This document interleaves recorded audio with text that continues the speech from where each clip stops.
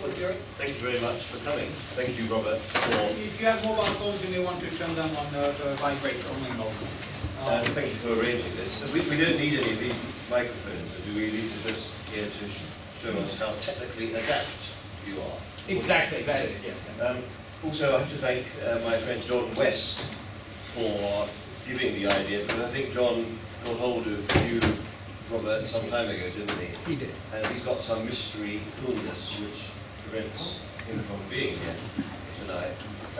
John West is a member of the advisory board of a group of people that I put together called OMPFIF. It sounds like a kind of secret service organisation, but it's a group that studies and looks at and also groups together central banks and wealth funds.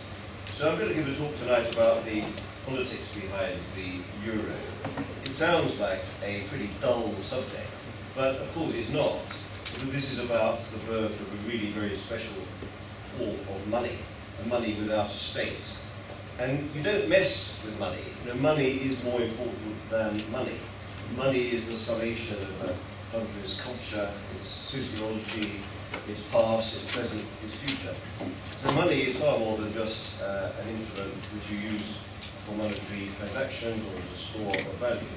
And yet the Europeans decided, for all sorts of reasons, which I will explain, most of them pretty good reasons, to form a totally artificial currency, a currency without a state, a currency waiting for a state to come along and to give it its final form. And this was clearly a gamble. The people had learnt the lessons of history. They felt that they had the risks under control. My view now, after the single currency has been up and running for 12 or 30 years, is it's a gamble where the risks are progressively growing out of control. And so it's not a happy experience. Let me just put that health warning in right at the beginning. But it is a gripping story. It is a thrilling story. And it's about many things, but it's about a political battle, about war between France and Germany. It's a long-running story, and it's not going to end anytime soon. And if this was a Shakespearean play, which in a way it is, because it is a tragicomedy, and it'll probably end with more tragedy than comedy, the play will end one day with bodies all over the stage. And it'll be very difficult to tell who has killed who. And there will be daggers lying around, there'll be a stream of clues, and yet you won't find anybody's fingerprints on the dagger. Or if you do find the fingerprints, there'll be the fingerprints of somebody who probably died in scene 2. We're also only halfway through, I would say. So again, if this is a Shakespearean play, we probably are still on Act 2, Scene 1. The play has not really got going, and yet already it's exciting enough. Just to add a little bit of spice to what one might loosely call an affair, we have Dominic Strauss-Kahn throwing his hat into the ring to possibly play one of the more grotesque characters in a new film bankrolled by Mohammed Al-Fayed. Some of you may know of Mohammed Al-Fayed, a billionaire Egyptian businessman who claims, and who can tell if he's right or wrong, but he claims that his son, Budi, who was dating Diana, that both of them were killed by the evil genius of Prince Philip. And he made a film to show that, of course, that did happen, and the film was unveiled in Cannes this week. But this story that we see unveiled before us in New York is something that even Mohammed Al-Fayed could not make up. And it combines the monumental with the grotesque in a way that the most hard-bitten Hollywood producer, if they saw this in a film script, they would reject it. Sheer bloody-minded unbelievability.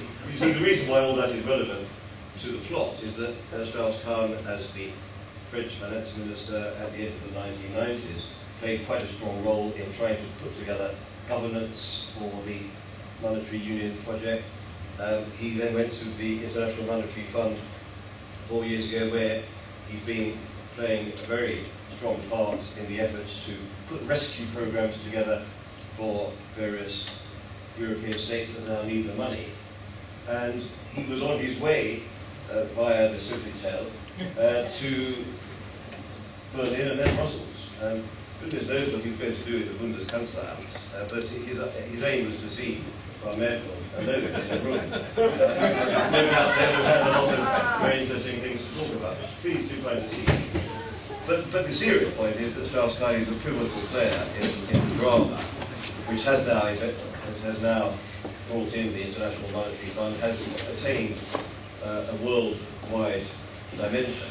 And the reason why it's so interesting and so delightful to be in Japan, not only because my good friend Terry Murano has now published his book about the euro in Japanese, and I've got another set of publishers who also very kindly published this in China, which is where I'm going later this week. But it's more than that. It is because China and Japan have emerged as, if you like, joint guarantors that the euro will continue to survive. As I say, we are only at the beginning of Act 2. There's still a long way to go. But to reveal too much about why China and Japan are part of the story would be to get ahead of the plot. So let me start at the beginning. Why the euro? Why do we have this currency, which everybody knew was going to be something of a risk, something of a liability? And you've got to keep these thoughts in your mind. Why do we have it? In order to sketch out what is happening next, and in order to put this into some kind of proper political and historical context.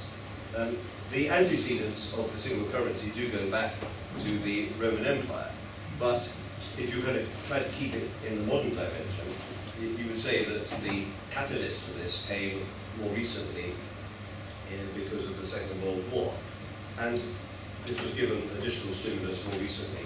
But the four reasons were: one, very straightforward question of growth and investment, how to make the single market in Europe, that is barrier-free trade, barrier-free investment, passage of goods, passage of people, how to make Europe more efficient as a way of doing business, and how to increase growth and prosperity and investment in Europe. Very, very good, laudable aims. The single currency, you see, in that instance, is not just about having currency stability, it's about having something which is a means to an end, higher growth, through less barriers for trade and investment. That's not point number one. Point number two does go back very much to the history of Franco-German reconciliation since the Second World War, to try to forge a spirit of brotherhood between France and Germany, to get over their really rather appalling history of fighting each other, going back to the 19th century. And also, in order to put something even more thoroughgoing on top of the currency, a form of political union, which has always been thought to be the necessary accompaniment. So this was a stepping stone towards, first of all, proper reconciliation between France and Germany, an end to enmity, and also, at the crown in glory, some kind of political union, obviously between France and Germany, but involving other countries as well in Europe, such as Britain, such as Italy, such as Spain, and so on. The third point, and this is again where we get into the international dimensions, you have to think that the world monetary system is like an amoebic construction which grows organically and is dominated by one currency, the dollar. And this is a result of the Second World War and the fact that the Americans were really the only man standing at the end of the Second World War. The Bretton Woods system really put the dollar at its centre. And for all sorts of reasons, both good and bad, the Europeans over a course of years felt that there should be a European voice in this American-dominated construct. And for reasons of jealousy vis-a-vis the Americans, but also because the Europeans felt that having their own currency would help them do more trade and investment with the rest of the world. And that was one of the reasons the international role of a new European currency was something that we cannot ignore in sketching out the storyline for all this. The French people, on the whole, were somewhat more aggressive about this. The Germans simply wanted to keep things under control, and they felt that the D-mark in the 1970s and the 1980s was becoming too exposed as an international currency. They thought they could actually share that burden with other countries in Europe.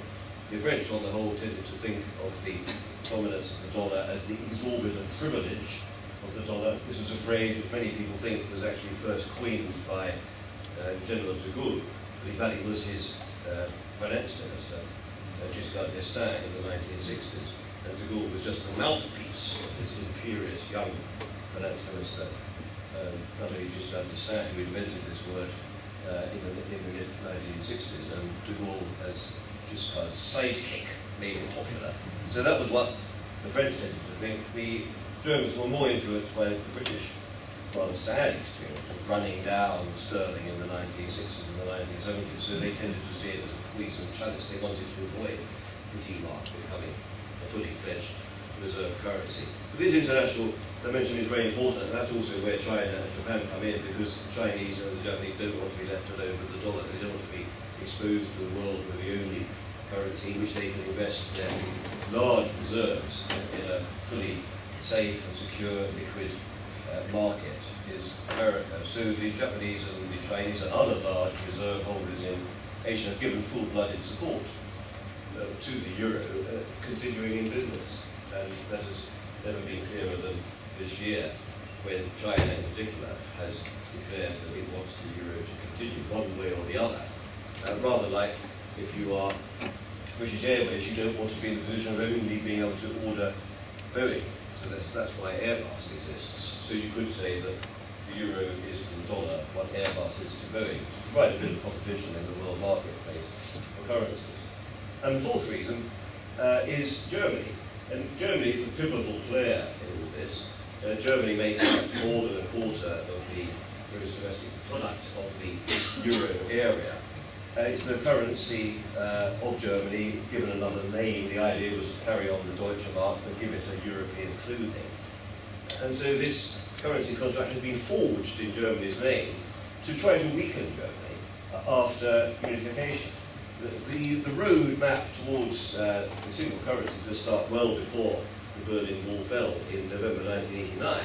But nonetheless, the thought that a new, possibly expansionary, possibly dominant, possibly aggressive Germany was on the rise again was the catalyst for many people across Europe, particularly France, to say we're going to stop this happening by taking away the D-mark and turning the German Bundesbank into a branch office of the new European Central Bank. And the Germans, to give them their credit, they went along with this whole idea. There was a political feeling around in Bonn in 1989, 1990, that the Germans had to show that they were going to be every bit as communautaire, every bit as Western-orientated as the old Bundesrepublik had been. And so Chancellor Kohl, together with the whole of the political class in Germany, went along with that idea of giving away something which has become the badge and the prize of post-war, post-Second World War German renewal, the D-mark. They gave that away. They forged that, if you like, in the cauldron of German unity. And it is wrong to say, though, that the Germans gave away the D-mark as the price of achieving unity. They would have had German unity anyway, but they felt that by giving up the Deutsche Mark and turning it into a European currency, they would be helping to ease the transition and would be, above all, lowering the animosity and the enmity with which they were felt by their neighbours. So this was a plan to achieve a smooth transition to a new Europe, where East and West would be once again forged as a team, as a whole. And it's very necessary just to keep those points in mind, because I would contend that none of these great strategic aims has been fulfilled, and some have gone backwards. Of course, we do have a single market with a good deal of trade integration in Europe, but in fact, the countries which are not part of the EMU area are integrating now more quickly with monetary union area than those within. That's partly because there's a lot of trade already within the monetary union area, but it's also because countries outside monetary union are actually growing a lot faster, and therefore naturally you'll be developing more trade with them. But the fact is that for a currency construct that wanted to integrate trade and forge more trade with the euro area, it's really rather ironical that precisely the opposite has happened in all the countries of Western Europe. The degree of trade, both exports and imports, that they do with each other I mean, it was, just to put an average on it, it was something like 55% of all their exports and imports were the EU countries doing trade with each other before monetary union. It's now fallen on average to about 49%. That's because they're doing more trade with countries outside, whether they be in Central and Eastern Europe or whether they be in Asia. So you could say that that aim of forging greater trade integration has certainly not worked, although for reasons above all due to circumstances outside the euro area.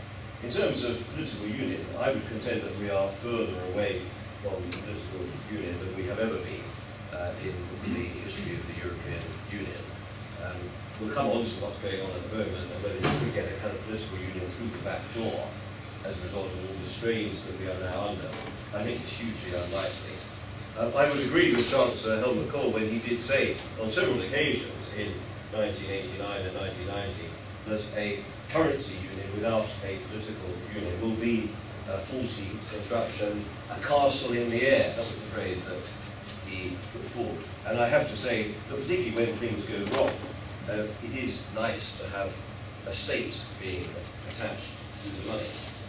And that, as I said, was the original idea, that money would somehow provide the pathway and the state would come along later. Well, that hasn't happened, and I don't think it's likely to happen. The third idea of rivaling the dollar. Certainly the euro is important now on world markets. Certainly it's the second most important reserve currency.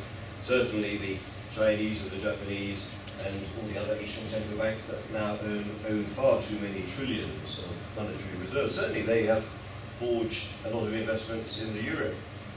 And in terms of trading and in terms of investment, there is now much more of a European financial market. So you could say that the euro has established itself now as the number 2 currency, but it's not going to challenge America's dominance as the single world currency. Certainly not for a very long time, and probably never. And I will also explain why the bringing about of the single financial market in Europe has had some very bad effects as well as some good ones. And the fourth issue about Germany, is Germany weaker or stronger these days vis-a-vis its European neighbours? You have to universally say that Germany is stronger now, politically and economically, vis-a-vis its European neighbours than it was when monetary union was first being dreamt up. And that's all kinds of reasons that we will go into perhaps in a little while. All these things, all these 4 issues which have not come to pass, they were all both predictable and predicted. So I would say that the script has gone very much according to at least one of the plans or one of the predictions that might have been made. And let me just cite one person here, Chancellor Gerhard Schröder, who I've got quite a soft spot for. He took me around in his car. I used to be a journalist, but even when I ceased to become a journalist, he kind of gave me rides in his car around election time and told me things.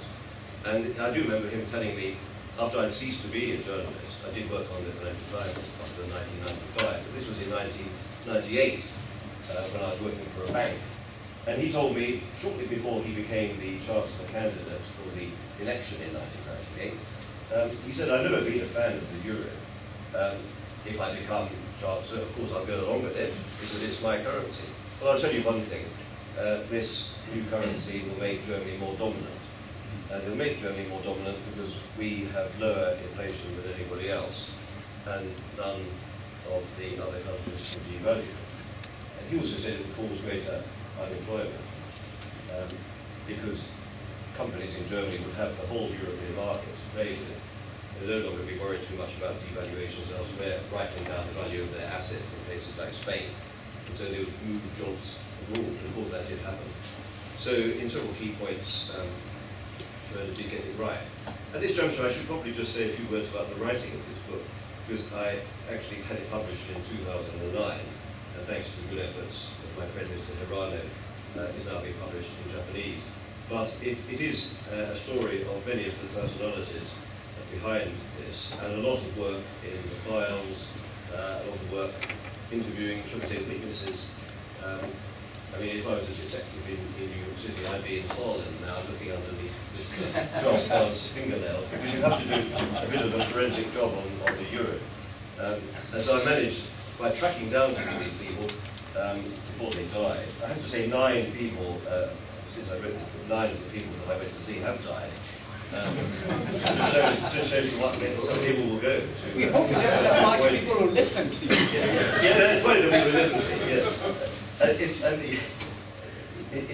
a work of history to the extent it tries to put together the reasons why they have it, and what happened at what point, and why there is a continuous thread of history running through the whole thing.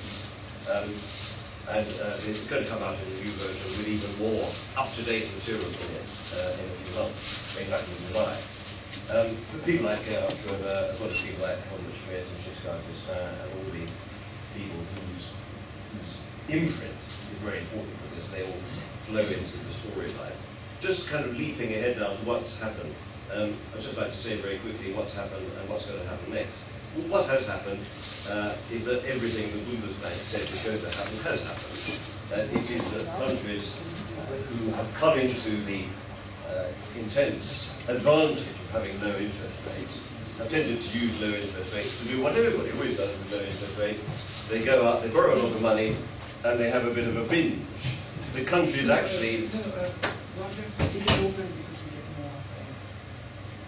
It's just so people can escape the story gets more fully. One-size-fits-all monetary policy has obviously led to a sharp rise, a sharp fall in interest rates across the whole of Europe, because interest rates on the whole have fallen down to German levels. And what has been most surprising is that the countries whose economies were not in good shape, they seem to have earned the confidence of the financial markets, because you had wholesale convergence of interest rates from the short-term rates which the European Central Bank sets through to the long-term rates which are set above all on the financial markets. The financial markets seem to buy into the idea that you do have a physical financial market, that everybody's creditworthiness has somehow converged to German levels. And even if they weren't all creditworthy, somebody would come in and bail out the debts of the countries which were getting into some misfortune. So that's the reason why you did seem to have the combination of all the European streams. You seem to have a fully functioning single European market for financial services and for financial transactions in the mid-2000s, about 5 or 6 years ago. At the same time as this happened, exactly what Schröder said was going to happen, that the Germans, because they don't have so much inflation than elsewhere, they would be stealing a march competitively because the other countries were no longer able to devalue. That also happened. So at the time when a lot of money was coming into Europe seeking a home, because you constructed this financial market, where everybody seemed to be equal, there was a whole lot of financing going on.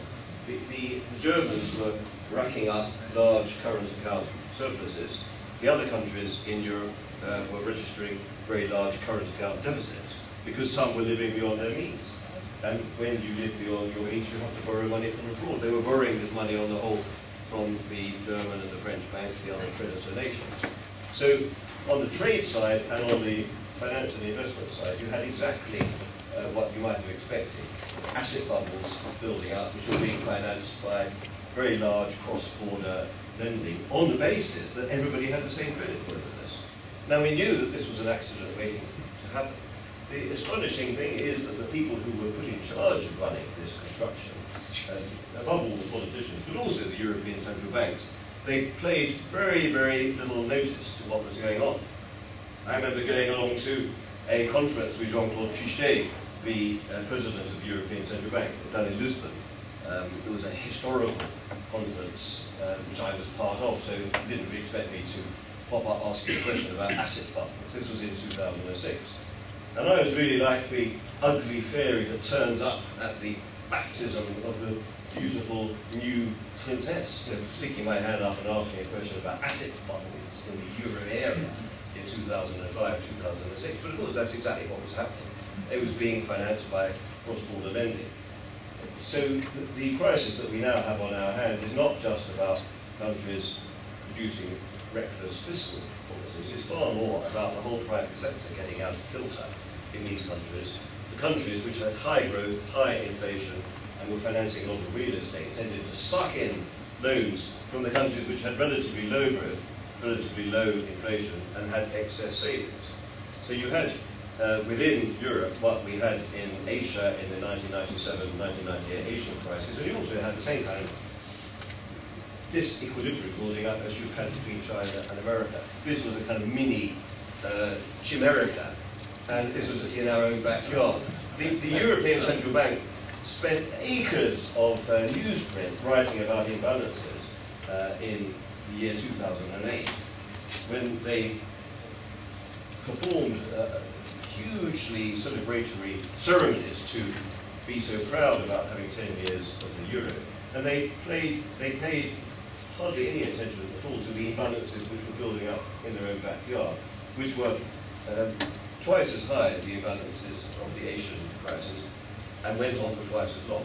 You don't need to be a rocket scientist to work out that if a country like Greece goes into monetary union with more or less net zero foreign debts, which was the case with Greece when it went in 2001, it was the case with Portugal in 1999. And then they run current account deficits of 10% a year for 10 years. You don't have to win a Nobel Prize to find out that at the end of that period they will have net foreign liabilities of 100% of GDP, which is what has happened. Which is obviously an unstable position, both for the country with the liability and also for the people who are lending the money. So that is why we've had now a system which seems to be working almost too well. Christian Noyer, the governor of the Banque de France, has just said in a seminar that indeed it was working too well. But it's only because I forced him to say that, I think, and they wanted to say the whole planned script suddenly coming apart at the seams. Obviously, there's many reasons why it has started to come apart at the seams, but the number one reason is because after the world economy, at least the Western world economy, went into a universal tailspin in 2009, Germany, having done its homework right, having got its competitiveness in order, having made its firms very, very resourceful, particularly in exports, Germany started to recover ahead of the others, just at the time when markets everywhere in the world were becoming much more risk averse. So exactly the opposite of what happened in the early 2000s has now happened. It's gone into reverse. The countries that seem to be benefiting from all the loose savings in the world suddenly can't get the money because people who are lending the money want a much higher interest rate, which they cannot afford. And the country which seemed to be in the doldrums, Germany, in the early 2000s, has come of age. It's got its house in order. It's actually put a lot of resources into the export industry. The people themselves have suffered to an extent because real wages have stagnated in Germany, but the Germans have come good at the same time as the southern countries have run into problems. Now you might say, what's it got to do with the Germans? Well, the point is that for every claim there's a liability, for every debt there's a credit, for every surplus there's a deficit. Almost by definition the Germans have been financing the other countries' deficits. Almost by definition, therefore, the German banks and the French banks and other banks which have been promoting capital exports are now worried because too much of their money is being lent to the south, which manifestly cannot afford to pay it back. And this is why we now have an enormous Ponzi scheme basically going on in Europe, under which Europe is putting together rescue packages of an ever greater dimension to bring in new money to finance countries who won't be able to pay those loans back. And they're using the money to pay off the creditors on the whole from the banks. The banks have been protesting that if there is debt restructuring, the banks will go belly up because they've lent too much money to the southerners.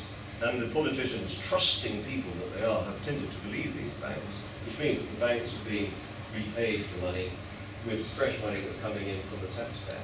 So the risks are slowly being shifted from the banks that did all the financing in the first place through to the taxpayer. And we can go into all the mechanisms if you like. We are clearly at the crossroads now. Many of the things that Europe has stood for, and many of the powerful and good things that Europe has achieved over the last 50 years, I think now do stand ready to be, if not dismantled, at least seriously weakened, because this is the most ambitious and most impressive project of European integration since the Second World War. And indeed, this is the furthest reaching project of forging a new money that we've certainly seen since the Bretton Woods conference in 1944. So a great deal is at stake. You can also see the gulf which is now building up between the creditors and the debtors in Europe. Germany is not the only creditor by any means at all. There's now 10 countries in Europe, including some like Denmark and Sweden, which are outside of the Union, which are owed a lot of money by the South. And so there's a certain solidarity, but also a certain mutual resentment and irritation building up amongst the creditor states. And there's also a great deal of irritation and resentment building up amongst the debtor states. So you have an almost perfect situation where the resentment felt by the creditor states, which is that they're not going to get their money back, is matched by an equal resentment by the debtor nations that they're being asked to submit to ever more harsh conditions, to get more loans, so that they won't ultimately be able to pay back the old loans. You've got an almost perfect machine for encouraging distrust and disquiet throughout the whole of Europe. So a scheme which was supposed to be brought about to make Europe a stable place, a more prosperous place, a place of greater neighbourliness, has gone into reverse. It is totally the opposite of what was planned. How will it all end? Well, it's my contention that it won't end for quite a long while, because there's a great deal of political will in this construct. There's a great deal of bureaucracies that basically earn their living keeping this construct going. And there's also, as I said earlier, a lot of desire amongst the rest of the world to provide liquidity and to provide support for the system.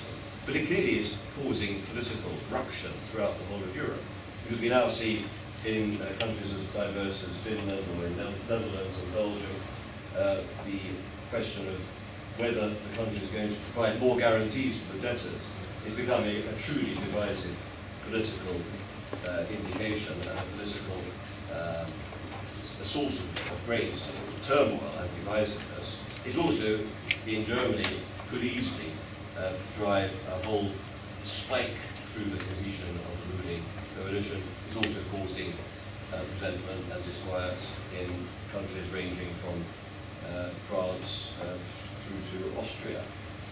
Countries outside the euro, which otherwise would be part of it, and I cite here Denmark and Sweden above all, are certainly not going to join because they think they'll simply be called upon to add to the mass of creditors' potential to be put into the pot to help pay off the debtors. So I think we're in a very unstable situation at the moment. No doubt the conference today and tomorrow in Brussels, where the European finance ministers meet one more time to decide some more money for Greece, no doubt they will agree more money. They will give Greece one more time to try to get its house in order. No doubt there will be no agreement yet on restructuring the debt, because there still is a fear that the banks in Northern Europe would suffer if Greece were to say it cannot repay its debt on time. I do feel though that it is inevitable that there will be restructuring in Greece, and my view is that it would be better to do this sooner rather than later. Because in fact the equation will only get more malign, and we have an imbalance of forces at the moment. The demand for money on the part of the South is increasing still at a very high rate, despite the fact that the imbalances are being reduced because they are now all in recession and therefore they're not spending so much. So the demand for money is increasing still, whereas the readiness to provide the cash or the readiness to provide guarantees amongst the creditor north is diminishing. So it's very much the opposite of what are being planned. I'll just leave you with one final thought about Greece. Greece is a country that I have to say, when I wrote the book, I did not foresee that Greece would be the country that would cause this accident waiting to happen to actually occur. I thought it was far more likely to be Italy, and Italy has actually escaped relatively well so far, although Italy is also an accident waiting to happen. But it has been Greece, simply because the sizes of funds that were needed by Greece have captured the imagination of the financial markets, and therefore Greece was the first country to more or less lose its ability to borrow on the same terms as Germany, and the interest rates have gone through the roof. They're now twice the margin between the Greek interest rates and the German interest rates, which was high enough already in May 2010, is now double that level, despite the massive package that has been put together. And it is a massive package, there's no two ways about it.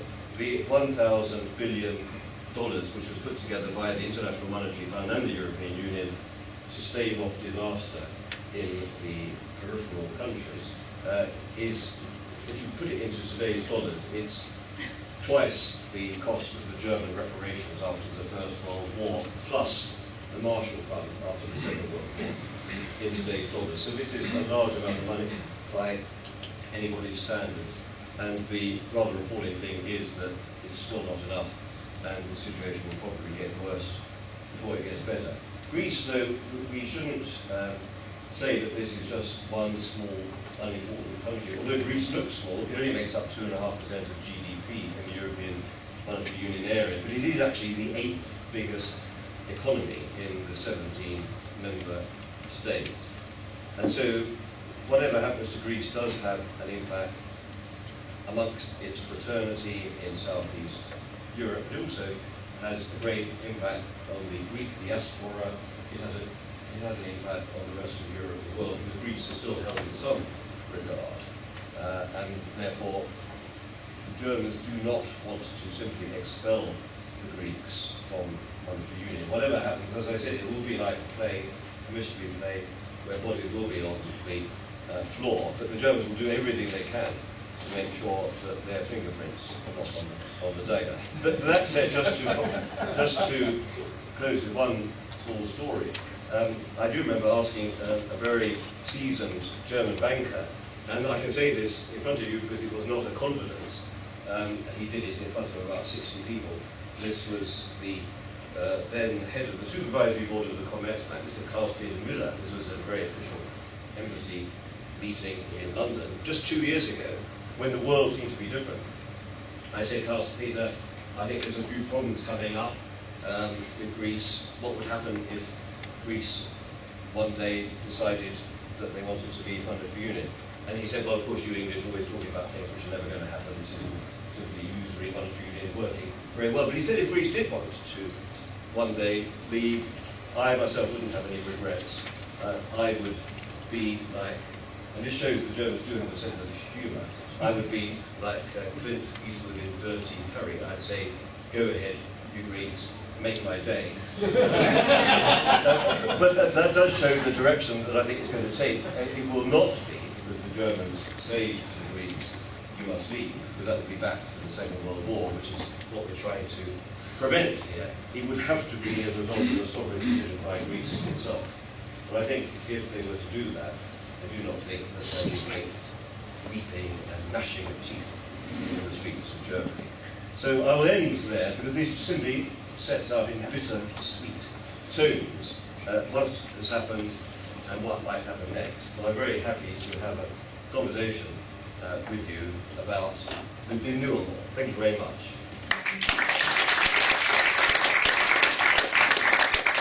Thank you very much, David. You mentioned that the big deed should be done. I could only think of Lady Macbeth. It would be good if it could be done quickly. I went to New York for Golden Week, so on the way to New York, I watched Kenneth Branagh's Hamlet, and on the way back, I watched Henry V. So two tragedies, but one which ends well and one which ends rather unwell. So I'll ask the question that kind of to be or not to be. Fundamentally in the issue, and I think this is what a lot of economists and political scientists were writing when the euro was being prepared, is can you have a fiscal union without a political union? I mean, without a budget. Can you have a monetary union without a fiscal union? A fiscal union means a political union. The answer now seems to be probably not, which had already been around for 10 years, but now it seems to be empirically proven. Now, you therefore are to be or not to be. Crossroads at one point is, in other words, do you end monetary union or do you go to fiscal union? Now, both have enormous consequences. And the question, obviously, I'm not going to ask you to predict what's going to happen, because I think as Mark Twain said, it's very easy to make predictions and set about the future. But what are, from the point of view of European leaders, the pros and cons? I mean, in other words, it's obvious that the not to be, which is to end monetary union, has an enormous cost, even for countries that have been rather Eurosceptical, because this is the unraveling of everything. But the to be, which is to go into fiscal union, is also fairly radical. It's essentially the end of the nation state. Not necessarily a bad thing, but actually for political leaders, the costly thing, because it's among other things the end of what they're doing for a living. I mean, in other words, they will not be, except one will become head of the new state, and the other 20 states will lose their job. So how would you look at the pros and cons as we face the abbot, the Hamletian dilemma? Because in this case, I guess you could say he chooses to be, but it ends very badly. Well, probably Europe will choose both, and it will end badly, I would say. I don't think there will be a clear-cut solution, but I think you're right to put it in those terms. As I say, this is not new, the idea that you do need political union to accompany monetary union. The idea was that would come afterwards, because monetary union would be so attractive that it would also attract other people like Britain to join it. And also, almost automatically, the politicians will somehow fill in the gaps in the jigsaw puzzle. If you like, they did the bits of the jigsaw puzzle with all the blue bits of the green bits first, and they wanted to fill in the more complicated stuff later, just like you do as a child doing the jigsaw puzzle. They didn't realise that somebody would come along and throw away all the pieces. So it's very difficult, I think, now, given the amount of debt that's involved, given the amount of suspicion and mutual resentment that's been built up, for the creditor state suddenly to say, well, first of all, we're going to write off our lending to you Southerners. We're just going to turn that into a gift and reschedule that so that you don't ever have to repay it. And secondly, we're going to provide more money in the future, not as credits, but as grants, in a kind of fiscal union, fiscal transfers, fiscal federalism. It's not totally to be ruled out, but I would say it's unlikely. I think under almost any scheme, there's going to have to be more pain and suffering in the austerity itself before the creditor states, which are getting fed up with giving good money after bad, would say we sign up to fresh credits. The problem is that we're actually loading debt onto debt. And this, again, is totally unoriginal, what I'm saying. All the economists said this a year ago. What these countries need are grants. They don't need debt. And in fact, they're getting debt at relatively high interest rates, particularly in the case of Ireland, of course, which clearly makes a bad situation worse. Because as everybody knows, their debt to GDP ratio will all increase to the level of, say, 150%. Because the debt is getting higher, and also being settled with relatively high interest rate, whereas the GDP on the whole is declining. I know Greece went through a bit of a statistical blip in the first quarter. It grew by quicker than Britain. Well, good luck to it, because there's not going to be much of that around in the future. But they did have relatively good growth figures in the first quarter, but Greece is destined still for several years of reduction of GDP. So I don't see it happening. I don't see political union happening through the back door, something which wasn't able to be thought about 10 or 11 years ago when the conditions were relatively good and there was a lot more brotherly feeling. It's far less likely to take place now. But I think we will muddle on probably for several years while we try to struggle through with various halfway houses, all of which will turn out to be unsatisfactory. Well, first of all, the question, David has a very good memory, but he may have forgotten who you were. So re-identify yourself, or change your identity. Well, I could take several questions at once if you like. Is that a good idea? Well, we'll see how they link. So, Siegfried. Yeah, Siegfried Nigel. I'm a freelancer from Germany. So my problem is with Chancellor Merkel. She isn't not really European. She doesn't want to expel Greek from euro currency.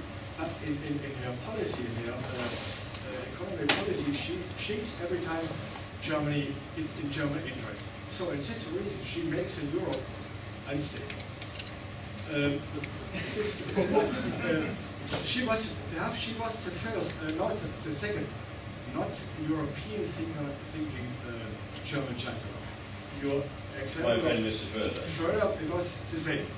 He was also not a European after 2002, when he came close to Chirac in the case of Iraq War. But he was not really a European thinking man. Before, Kohl and Helmut Schmidt, they thought about Europe. And I think Schmidt was a chancellor who thought at first about the European currency when he made this kind of not first step to the European currency together with French President Giscard d'Estaing. And because he every time thought the European currency is a tool for Germany not to get too powerful in Europe, but to be Germany to get a part of Europe. And I think this now German chancellor thinks very different. Shall I answer that? Oh, yeah, I think that's a deep question, yeah. And that's one that requires a long answer. I think Frau Merkel, she very much does sum up this two-way feelings that you put forward, to be or not to be, or the side in einer deutschen Brust, because part of what she wants to do is to be intensely European. She's made some very passionate speeches to the Bundestag saying if the euro fails, everything will fail. We'll do everything we can to keep it going. This is more than a currency. She's obviously right, it is far more than a currency. On the other hand, she's very worried about the Constitutional Court and a very large number now of people who are not mad by any means at all, who are taking the governments in court because they say that the bailout of countries like Greece infringed the treaty. She's worried about voters volubly turning away from the CDU and its sister party, the FDP. After politicians are there to get re-elected, aren't they? She should be very worried about the majority. I would agree with you in what you said about Chancellor Schmidt. One of the minor triumphs of this book was to get hold of some wonderful documentation from the Bundesbank and a so-called secret speech that Schmidt made in Bundesbank 30 years ago, which I was given by the Bundesbank. And I just quote this part. He went to the Bundesbank in their own offices, probably for about 3 or 4 hours. One of the longest ever meetings between a central bank and a prime minister. And he says, this is Germany, I quote from Helmut Schmidt in 1978, 30th of November 1978, quotes, "We are vulnerable, first because of Berlin, and because of the open flank in the east, because of the division of our nation, symbolized by Berlin's insular position. And we are vulnerable, second, because of Auschwitz. The more successful we are in the fields of foreign, economic, social and defense policy, the longer it will take Auschwitz to fade from the fore of our collective consciousness." This was a chancellor speaking to a bunch of monetary technocrats. I mean, he's absolutely superb, the way that he put money in the context of politics. And you're absolutely right, he therefore chose the path, together with Giscard, to try to make Germany appear less dangerous. But also, there's some other stuff in there to make sure that the German mark is not going to be exposed too much to the whims of international markets. The Bundesbank at the time were very worried about the D-mark becoming too strong and this dampening exports. So there are two reasons, really. One was to protect Germany's geopolitical position, had always been thought of as being, number one, attracting enmity and animosity from those around it. And the second one was to protect German exports. And in that second objective, of course, Germany has done extremely well, although it's at the price of having lowered domestic demand in the question of protecting itself from other people's anger or frustration. The Germans have done less well. Just on Chancellor Merkel, she's always done these rescue deals too late. And so she always has tended to agree rescue deals when the need for money had become greater than it was, say, 6 weeks ago when she first was asked to provide the money. So she's always behind the curve. And I think that's just a natural effect of German politics, that there is a great deal of reluctance to provide more funds. There's also a view that the weak debtor countries have to be shown to be doing absolutely everything to get money from the private market. Only then will the governments provide some funds. And in the meantime, because of financial markets being very alert, the risk profile and the interest rate on the private sector loans goes up to atmospheric heights before the governments move. And so it is a classic vicious circle that she's got herself into. But I don't think you can blame her too much, because she's very much the victim of the political state of Germany, which is quite feeble at the moment, and where the ordinary voters, who feel they've made a lot of sacrifices themselves, they don't keep throwing good money after bad. I try to think of this in character.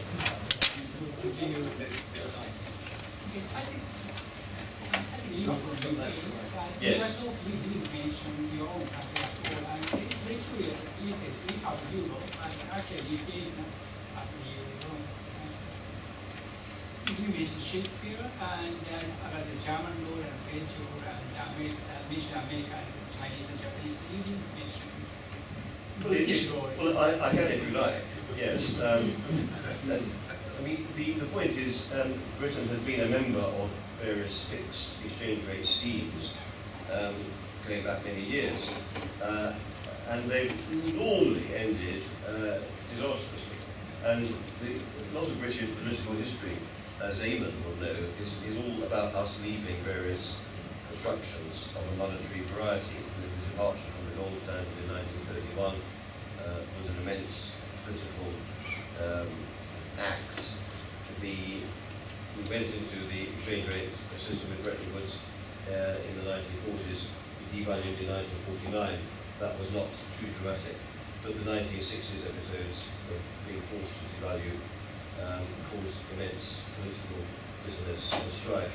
We went into the European snake system, which was set up in the early 1970s, left 6 weeks later in 1972 under Edward Heath. That was before we even joined the European Community, of course, 1972.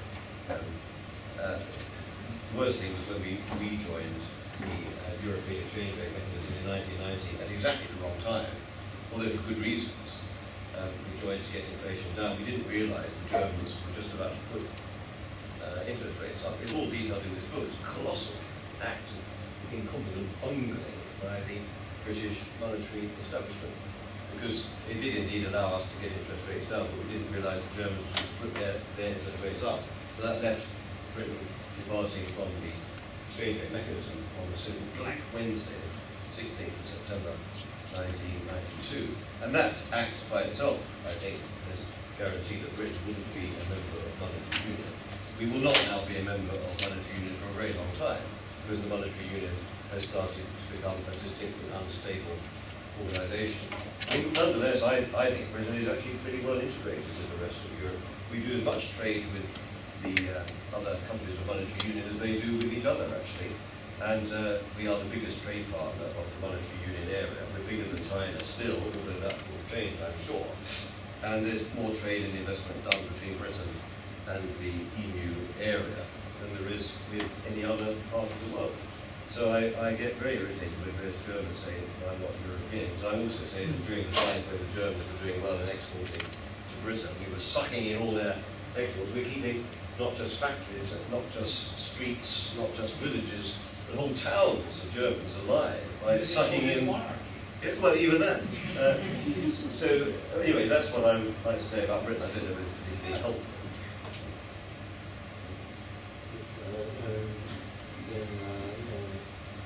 You mentioned in the last part of the book that to keep the euro in one piece in the UK, Britain must join sooner or later. Is that what I say in the Japanese book? This is a joke, sorry. I didn't say that at all, no. No, I said Britain will stay out at least until 2025. No. Yeah, that's right. No, so I don't say that at all. Unless you've got another also. No, I didn't say that at all. No, so please, if you read that, then disregard it, because it's not in the original.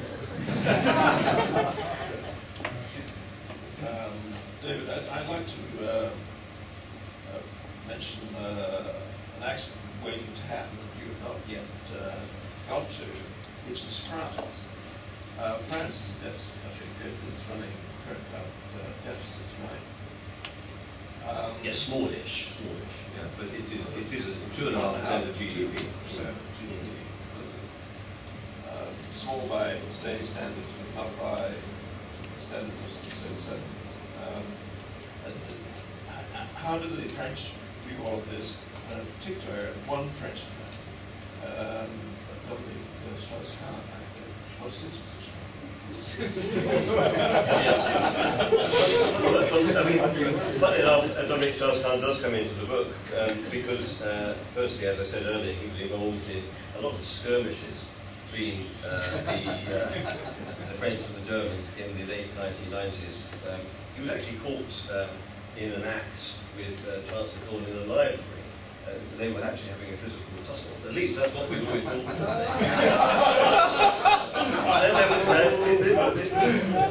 And so, he was involved in trying to get the Germans to bend over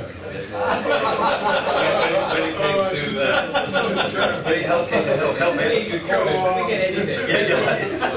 to helping out weaker countries. But most importantly, of course, he's been involved in the rescue efforts over the last 4 or 5 years, and also he's been a great supporter of this idea of having proper economic policy coordination between European countries. And he's quoted in the book as saying that there's no other currency in the world where the central bank and the finance ministry don't talk to each other from time to time. Now, in fact, since he said those remarks, there has been more policy coordination, something called the Euro Group, which is the linking of the finance ministers of the Euro area. It does mean every month with Mr. Trichet, who's the head of the European Central Bank. So there's a little bit more policy coordination than there used to be. Nonetheless, the European Central Bank decides its policies with 23 people, not just Mr. Trichet. So it's not quite the same as the cohesion that there would be between the Central Bank and the Finance Ministry in a unity state. So Strauss-Kahn does have some very strong views about this. I think, to take the wider question about France, that on the whole, French positions have been weakened by a good deal of steadfastness, some might say obduracy, on the part of the Germans. The Germans, over the whole of the last 30 or 40 years, have always wanted to go toward a more rules-based system, whereby there will be a set of procedures based on very rock-solid stability principles, and the countries that don't live up to the mark will somehow be punished.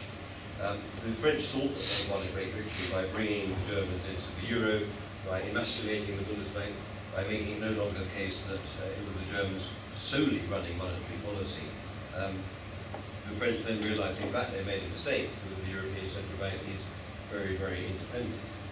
The French then seemed to win some more compromises a year or so ago, also during the depth of the financial crisis when the European Central Bank started to cut interest rates in a very severe way, and also given away lots of money in liquidity to the banks around Europe. That seems to be almost like the French getting their act in and starting to win again against the Germans. But I think more recently, the game has started to flow away from the French, not least because of the quite hard-line attitude taken by Mrs. Merkel. So I think it's still continuing that tussle, but I think on the whole French positions have been weakened and German ones strengthened. And as you say, the French are deficit countries. If some of the weaker countries did have to choose one day to leave because the burdens of staying were going to be even greater than the burdens of leaving, and I think that cannot be ruled out, then the French would actually have to make a colossal decision at some stage whether they would go with the southern states or go with the northern states. But I do believe over time there will be fragmentation in this euro area between the north and the south, and the French just have to decide which part they belong to. Do they feel they're getting a fair deal on trade? Sitting next to Germany, which is running this?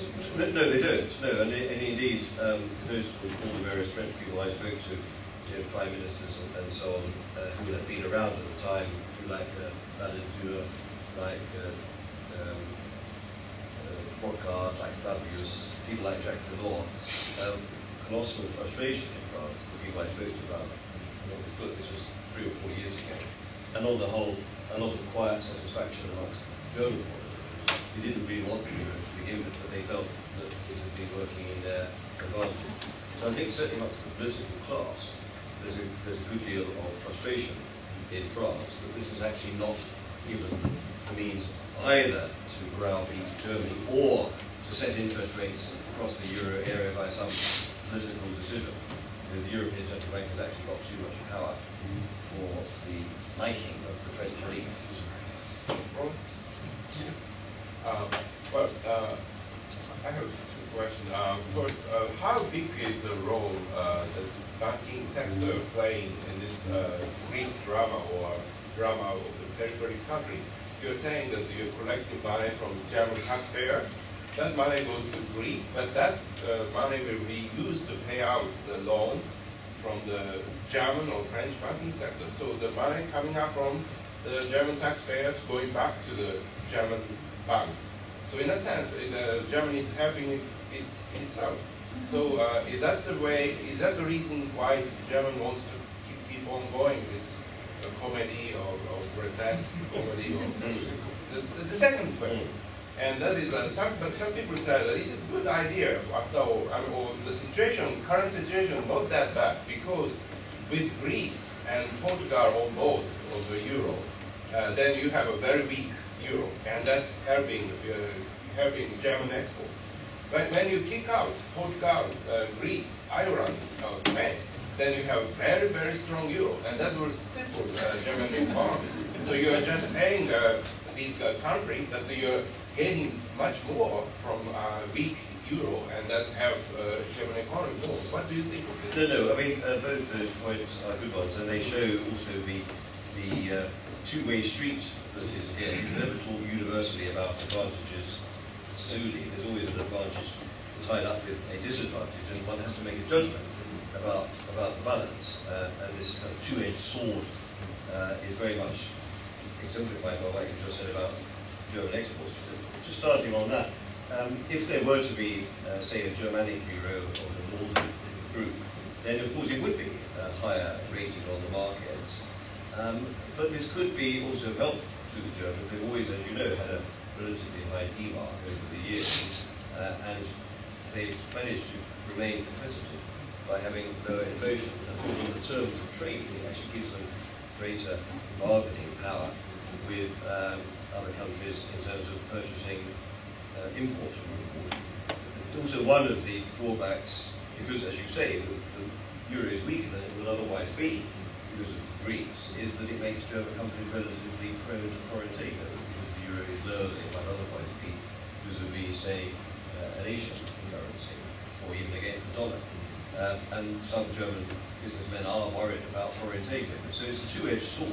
I think also it's absolutely clear that when you talk to some French politicians like Laurent Fabius, the former Prime Minister, he says the German market would revalue by 100%, would double in value were there to be a new European setup. But it's not true at all, because you see the Germans will never go out just by themselves. They'll go out with at least 6 other countries, and therefore they will still have, if you like, protective arrangements around them to prevent being singled out.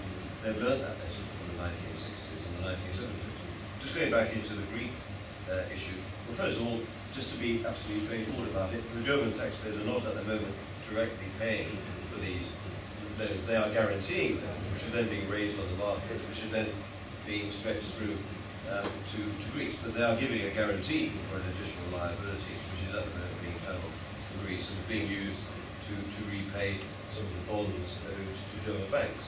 I mean, it all depends who you want to look after. It seems to me that the governments have been too prone to look after the banks because they fear what would happen were there to be a banking collapse. In my view, some banks should have been allowed to go bust, particularly ones which were not always important, like, say, in Ireland. I do think it would have been helpful for, say, the allied Irish banks if it had been allowed to go bust. Somebody would have then bought it, basically. It would be bought at a low value. The Irish blanket guarantee in September 2008 caused colossal liabilities to flow from the banks through to the governments. Every Irish foreclosure is now basically a liability which goes straight through to the Irish government, which has been very, very thin. So I think the government on the whole have been too prone to look after the banks. Now, clearly, the banks have got depositors, and the banks have got shareholders, and of course, the banks have got bondholders, some of whom are just people in the street, but on the whole, these are institutions. And it is clear that by spreading the risk from the banks into the collectivity of taxpayers who are guaranteeing people who don't, the burden is being spread around now, and it does mean that ordinary Joe public will get hit sooner or later by these debts building up. It actually shows that the politicians have never really had a long-term principle here. They've always been trying to unload current problems into some point in the future where they presumably will no longer be in power. And this has been the problem all along, that nobody's had the foresight to put together a long-term strategy to solve this problem. They're always behind the curve, they're always acting too late, and they're always acting after the private markets have already worked out what's going on and changed their positions. I don't know whether this is going to be a question or monologue. You are an ambassador, you can do both.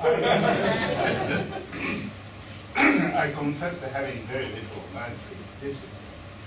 As I was listening to you, I was thinking about how it would apply to Japanese political leaders, who not all of them are known for their monetary literacy, that is an understatement, and especially the current leaders.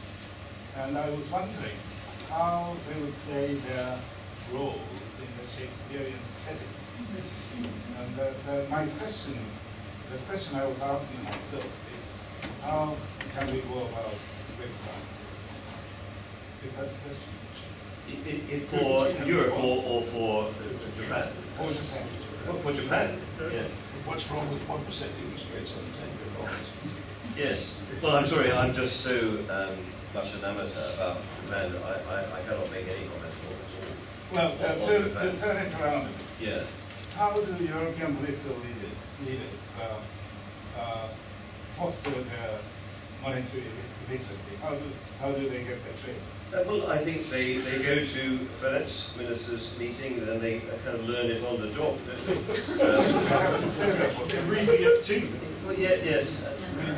But also, a lot of this is kind of common sense, isn't it? But you're right. I mean, none of these finance ministers would be particularly trained for this. I'm just trying to look up this phrase here about why it was that Giscard and Schmidt were so angry that they, as you rightly say, they set the scene for monetary union in the 1980s.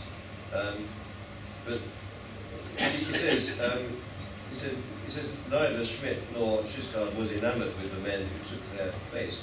The two 1970s leaders, Schmidt and Giscard, were indubitably the masters of European finance, because they had actually studied economics and they had both been finance ministers. It says here, I'm reading this as though this is the third person, which is nothing to do with me. I think this is really good, I think I'd buy it.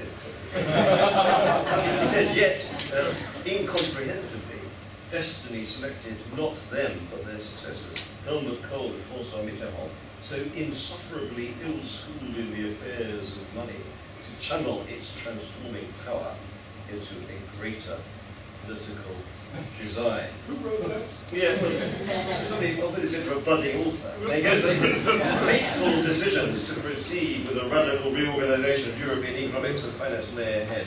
Ambush and adventure awaited at every stage and on every turn of the journey. That was only page 3. You know, there's a lot more of that stuff that's going on. Actually, one of Japan's greatest ministers, Finance Minister Takahashi, never went to school. I know. There's something, I mean, I shouldn't say this. I mean, we're at university. We think people should actually go to school if they Let me wish. make just one comment. Let me make just one personal. I used to act as interpreter for the Prime Ministers for the GA. And from my own experience, Okira-san, Prime Minister Okira, and Prime Minister Miyata, they had some understanding. They both came from finance.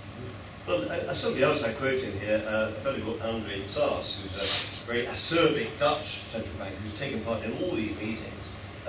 He says that none of the 12 prime ministers who signed the Maastricht Treaty knew what they were doing. And he said this, it's a serious point. And he said, least of all our own prime minister, Mr. Lucas. And I think that is true. They didn't actually know what they were doing. As I said at the beginning, money is more than money, and I don't think they realised that they were paying this fine. Would it be a good idea to get a whole bundle of different comments from the audience? Because I think I'm talking too much. And Mr. Lucas is now a character witness in New York.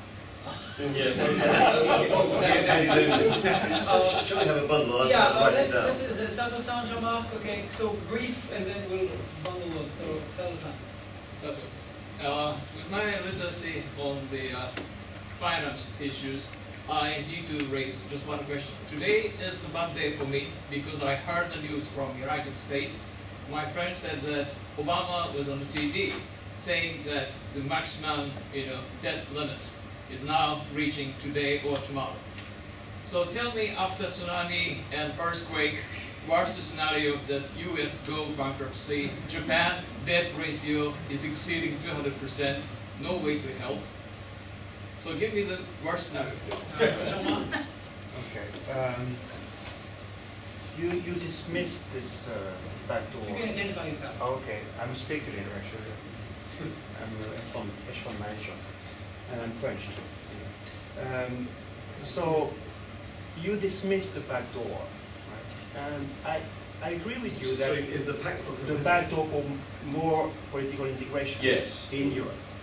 And it seems to me, going back to Robert's question, I agree with you that it's not going to be a marriage of love anymore. But isn't the necessity growing stronger? Like, you have a crisis, you have to go through all the problems one by one. You have to build all this guarantees. How are they funded? Will it not be the case that because of that you will have joint and several liability? Because the Germans don't want to pay it alone. Okay, you come alone, but then you cannot just have, won't you have just the birth of federal debt as a byproduct of this? Once you have that, the nation is born. The nation is born. Once you have that, if the US is anything to go by, that's your country born there. Brevity is a sort of wit, so. I've got Guy Sexton, systematic trader. And my question, you talked a lot about Greece, and it would seem that Greece is either going to get its restructuring that it needs, debt restructuring, or else it's going to unilaterally reintroduce the drachma and accompanied by devaluation. And on that second option, I'd be interested to hear your views about what the steps that they would need to take to do this without precipitating a bank run, trying to keep secret the production of banknotes or whatever. And then, sorry, just as an aside,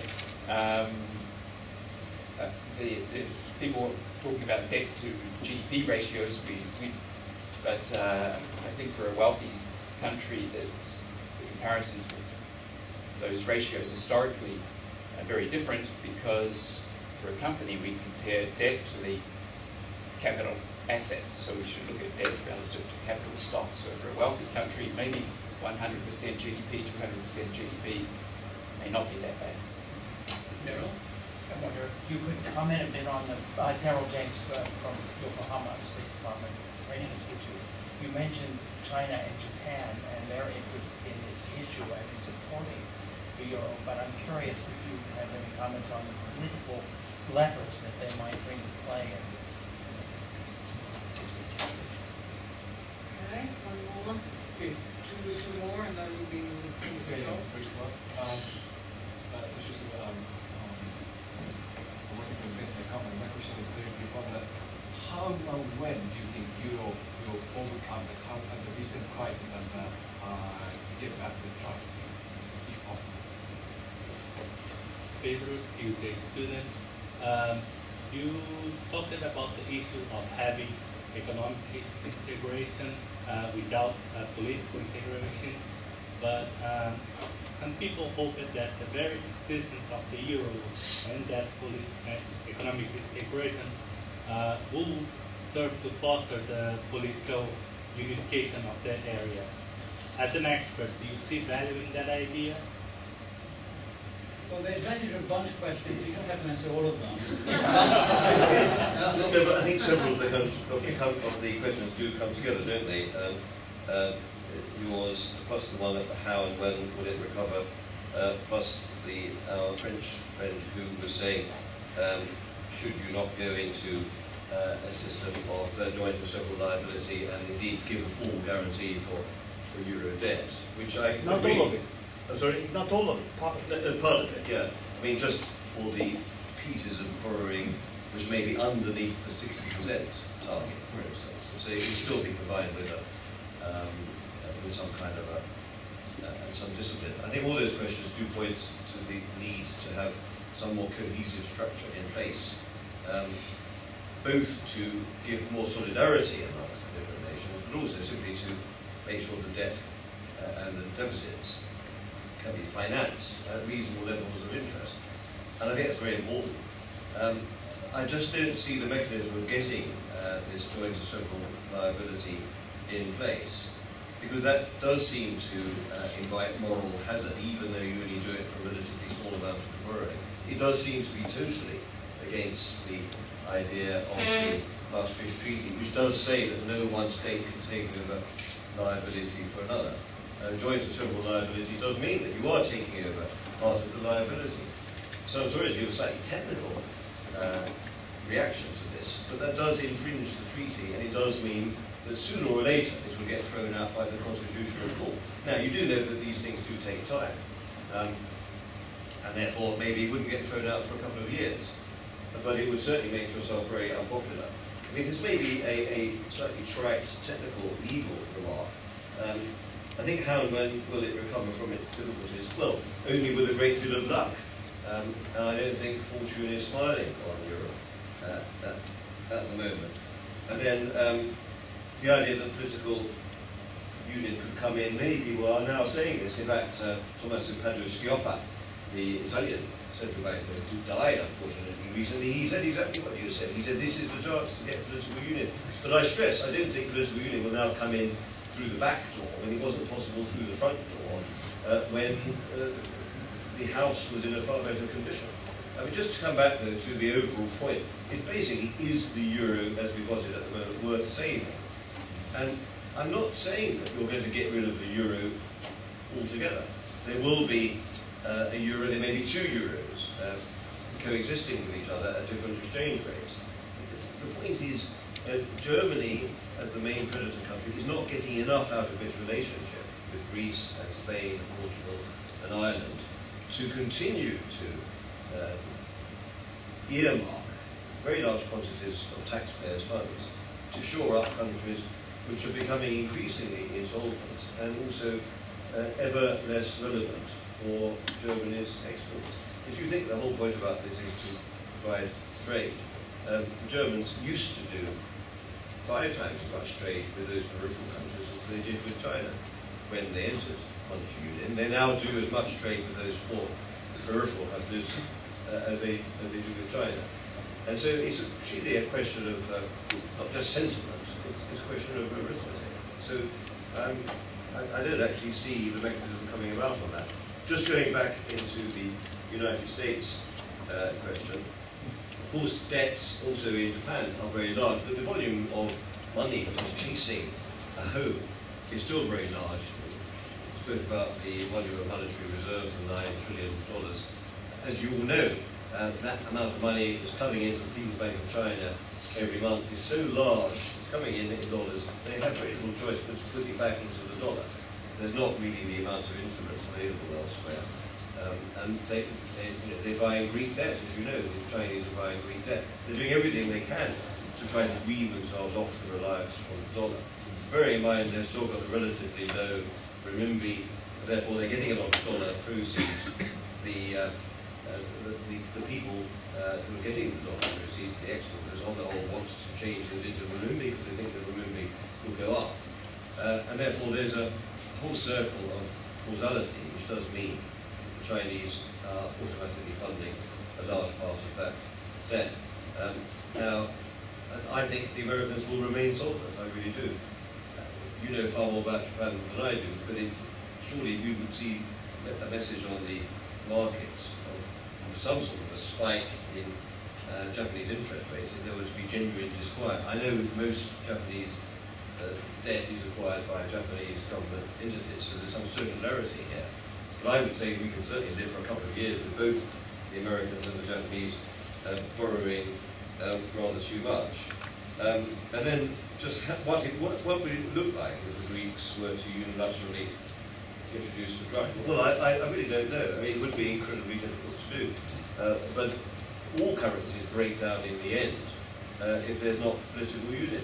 Unless they're amongst either very small countries or countries where there's an obvious hegemon, like say between Switzerland and Liechtenstein. Even Belgium and Luxembourg have spoken about getting rid of their monetary union at times over the last 20 or 30 years. So don't ask me what the technicalities are. Of course it would lead to a run on the banks, but the banks would be suffering anyway. And somebody would come in and buy some of those Greek banks at a low price. There would be a solution of some sort. And yes, last point, China and Japan political levers. I think that there must be political leverage which the Chinese are trying to exert.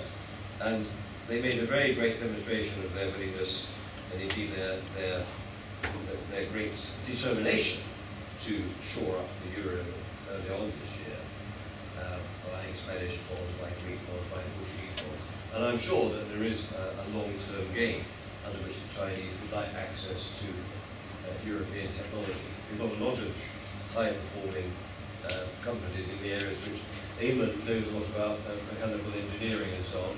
There's also, of course, continuing with the imbroglio with the Americans about technology controls on dual-use exports. And I'm sure the Chinese in this case must have some kind of a game plan under which they see shoring up the euro. A, it helps them to diversify their reserves, which they anyway want to do. B, they might even make a profit because they have bought the euro at relatively low levels and the euro has risen since then. There's no reason at all why the euro can't be a strong currency under the scenario that I'm putting forward. And C, it could help them in the battle with the Americans over availability of sensitive technologies. So it seems to me that for the Chinese, it's a very sensible policy to follow. If I was Chinese, I'd be doing exactly the same thing. Well, thank you very much. I think you raised a lot of fascinating questions. Each of them would be worth a book.